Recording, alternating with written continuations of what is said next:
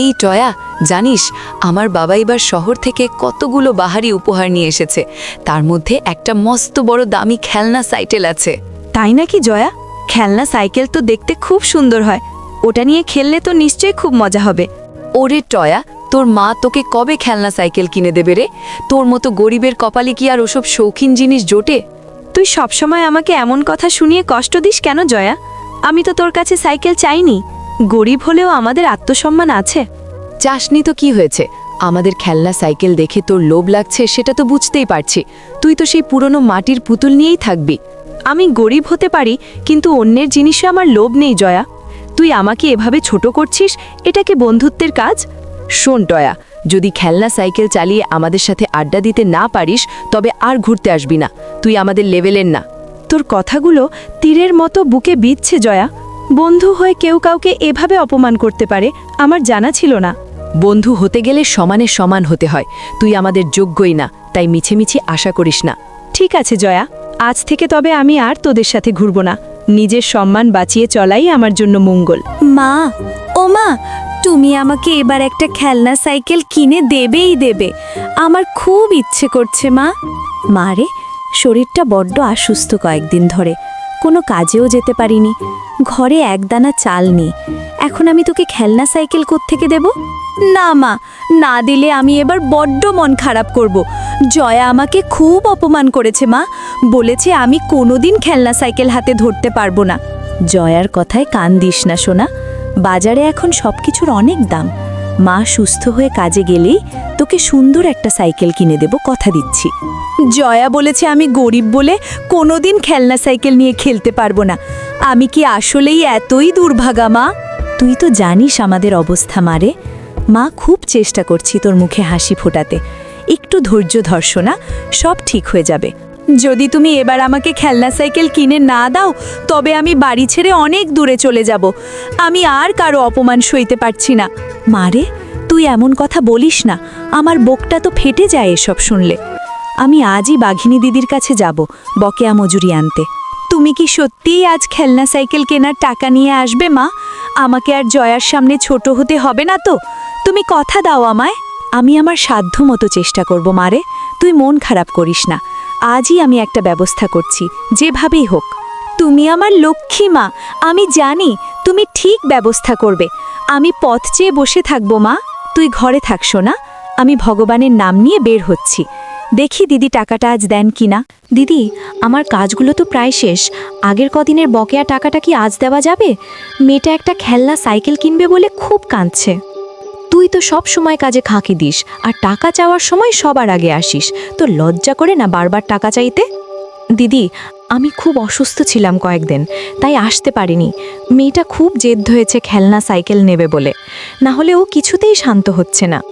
তোর শখ দেখে তো অবাক হচ্ছি, গরিবের আবার খেলনা সাইকেল কেনার শখ কোত্থেকে আসে? একটা দিনের মজুরি তোকে কেন দেব শুনি? দিদি, আপনার কাছে এটা সামান্য টাকা, কিন্তু আমার মেয়ের মুখে হাসি ফোটাতে এটাই অনেক। দয়া করে ফিরিয়ে দেবেন না আমায়। বললাম তো টাকা নেই, এখন আমার চোখের সামনে থেকে দূর হ, যা অন্য কোথাও দেখগে। আমাকে আর বিরক্ত করিস না এখন। আপনার কাছে হাত জোর করছি দিদি, সামান্য কিছু টাকা দিলেও মেয়েটার জেদ মিটত। ওর কান্নাকাটি আমি মা হয়ে সইতে পারছি না। এক কথা বারবার বললে তোকে কাজ থেকেই ছাড়িয়ে দেব চিরতরে। এক্ষুনি যা আমার সামনে থেকে, একদম মেজাজ খারাপ করিস না।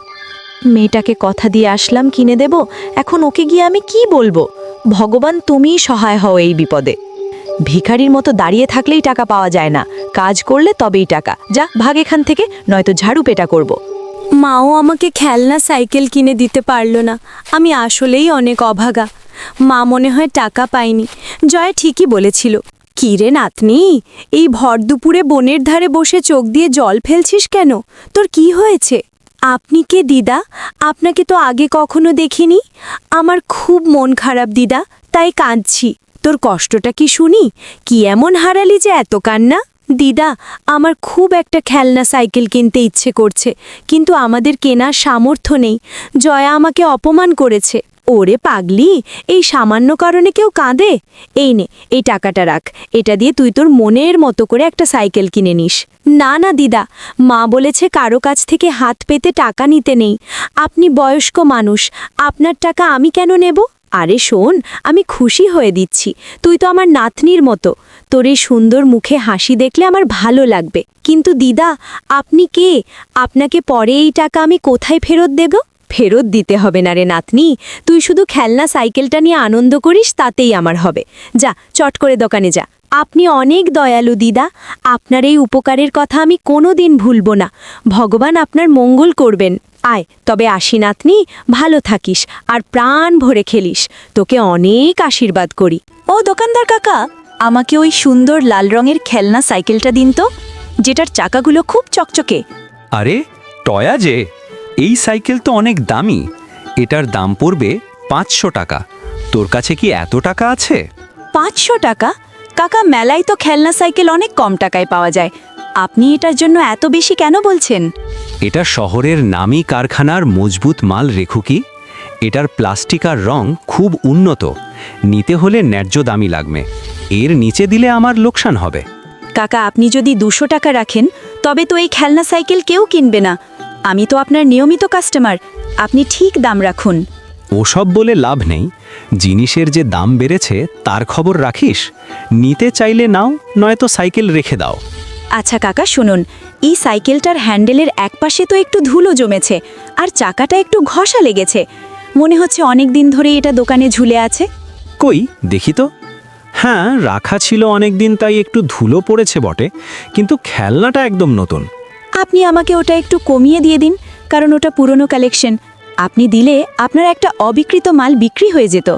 তুই তো দেখি ভারী বুদ্ধিমতী মেয়ে। ঠিক আছে, ওটা অনেক দিন দোকানে পড়ে আছে বলেই তোকে সামান্য লাভে দিচ্ছি। দে, টাকা দে। এই নিন টাকা, আর একটা বড় ব্যাগ দেবেন, যাতে আমি সাইকেলটা সাবধানে বাড়ি নিয়ে যেতে পারি। এই নে তোর খেলনা সাইকেল।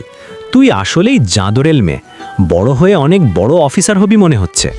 মা, ও মা, তাড়াতাড়ি বাইরে এসো, দেখো আমি কি নিয়ে এসেছি।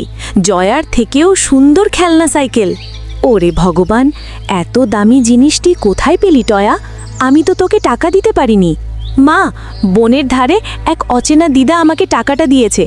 আমি তাকে সাহায্য চেয়েছিলাম, তিনি দয়া করে দিলেন। অচেনা মানুষের থেকে টাকা নিলি কেন? তুই কি জানিস না দুনিয়াটা কতটা নিষ্ঠুর হতে পারে? কত মানুষ কত রকম ফন্দি করে। দিদা খুব ভালো ছিল মা, অনেক বয়স হয়েছিল তার। সে আমাকে নাতনি বলে ডেকেছে, তাই আমি না করতে পারিনি। মারে, অভাব আমাদের আছে ঠিকই, কিন্তু অপরিচিত কারো থেকে টাকা নেওয়াটা চুরির চেয়েও ভয়ঙ্কর হতে পারে। তোকে যদি কেউ তুলে নিয়ে যেত? আমি তো শুধু খেলতে চেয়েছিলাম মা। জয়া আমাকে বারবার গরিব বলে গালি দিচ্ছিল, আমার সহ্য হচ্ছিল না। জয়ার কথায় কেন তুই পা দিলি? ওর দেওয়া কষ্ট তো বাইরের ক্ষত, কিন্তু সম্মান হারিয়ে কিছু পাওয়াটা হলো মনের ক্ষত। আমি বুঝতে পেরেছি মা, কিন্তু টাকাটা তো আমি বুদ্ধি খাটিয়ে দোকানদার কাকার কাছ থেকে 200 টাকার মাল অনেক কম দামে কিনে বাঁচিয়েছি। বুদ্ধি থাকা ভালো, কিন্তু সেই বুদ্ধি সঠিক পথে লাগানো দরকার। মনে রাখিস, অপরিচিত কারো দেওয়া উপহার বিষের মতো হতে পারে। মা, আমি কান ধরে বলছি, আজ থেকে আর কোনো দিন তোমার অনুমতি ছাড়া কারো কাছ থেকে কিচ্ছু নেব না। তুমি আমাকে ক্ষমা করে দাও। আচ্ছা ঠিক আছে, এবার শান্ত হ। অভাব আসুক, দুঃখ আসুক, কিন্তু আমরা যেন আমাদের মর্যাদা আর সাবধানতা কোনো দিন ভুলে না যাই।